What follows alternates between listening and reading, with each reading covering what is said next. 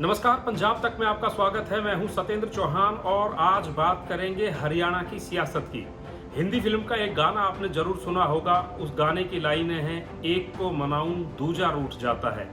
कांग्रेस की दरअसल समस्या ये हो गई है, चाहे सत्ता में हो या फिर बिना सत्ता के हो, कहीं पर भी किसी भी राज्य में ऐसे हालात नहीं मिलेंगे जहां पर एक धड़े में एक सुर में पूरी कांग्रेस चलती हो।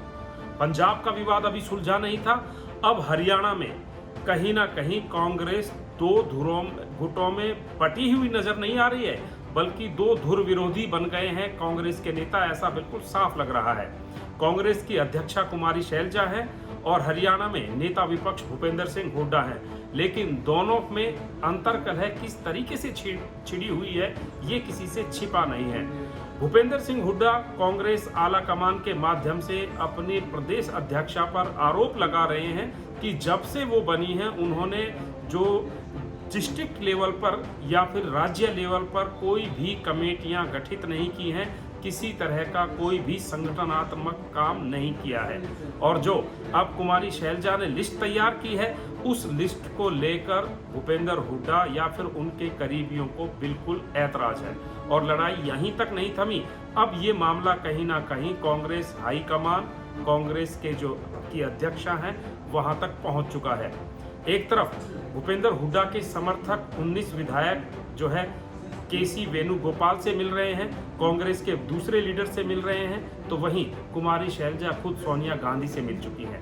मामला दरअसल संगठन में फेरबदल का है और यहां पर यह कहा जा रहा है कि भूपेंद्र हुड्डा गुट के जो विधायक हैं या फिर जो नेता हैं, उनको किसी भी तरह की तरजीह शैलजा नहीं दे रही हैं। यहीं से कहीं ना कहीं भूपेंद्र हुड्डा ने अपने विधायकों को लामबंद करके एक बार फिर से कुमारी शैलजा के खिलाफ मोर्चा खोल दिया है। तो दूसरी तरफ ये भी कहा जा रहा है कि भूपेंद्र हुड्डा ने एक फॉर्मूला ऐसा भी तैयार किया था जिसमें वो कह रहे थे कि कुलदीप बिश्नोई या फिर दीपेंद्र हुड्डा दोनों को एक साथ राज्य के दो बड़े पदों की जिम्मेदारी दी जाए, जिसमें जाट और गैर जाट नेताओं को, लोगों को प्रतिनिधित्व मिल सके।